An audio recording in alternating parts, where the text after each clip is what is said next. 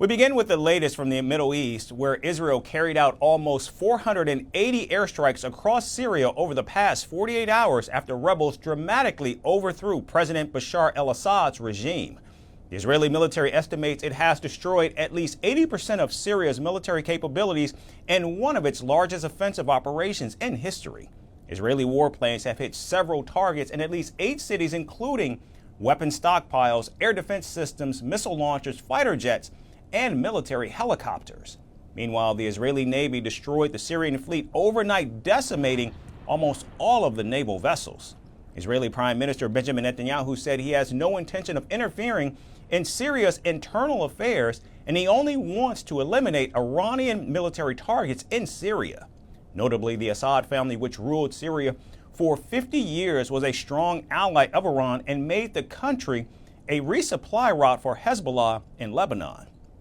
Prime Minister Netanyahu fears that Iran could also try to build relations with rebels who will now govern the neighboring country.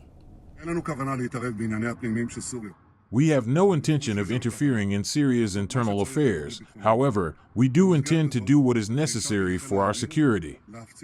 As such, I approved the Air Force bombing of strategic military capabilities left by the Syrian military so that they will not fall into the hands of the jihadists. We want to have relations with the new regime in Syria, but if this regime allows Iran to reestablish itself in Syria, or allows the transfer of Iranian weapons, or weapons of any kind, to Hezbollah, or attacks us, we will respond forcefully and we will exact a heavy price. What happened to the previous regime will also happen to this one. Additionally, Israel's Defence Minister Israel Katz has confirmed that his troops are now operating in Syria beyond the buffer zone of the Golan Heights. Katz says Israel is trying to build a sterile defense zone to prevent the establishment of terror along the Syrian border. The IDF is now completing its entrenchment in the buffer zone and in the controlled areas in order to protect the residents of the Golan Heights and the citizens of the State of Israel.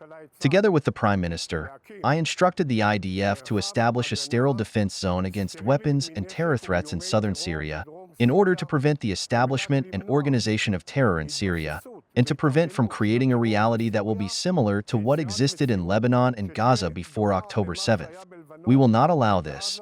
We will not allow threats against the State of Israel. However, several Arab nations have accused Israel of taking advantage of the political instability in Syria to capture more territory. Meanwhile, in Damascus, rebels have finally announced an interim government that will run the country until March 1st of 2025.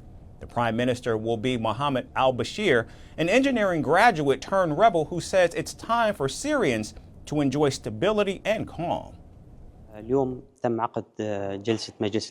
Today we held a cabinet meeting that included a team from the Salvation Government that was working in Idlib and its vicinity, and the government of the ousted regime. The meeting was under the headline of transferring the files and institutions from the government of the ousted regime to the transitional government in order to receive these files and conduct business.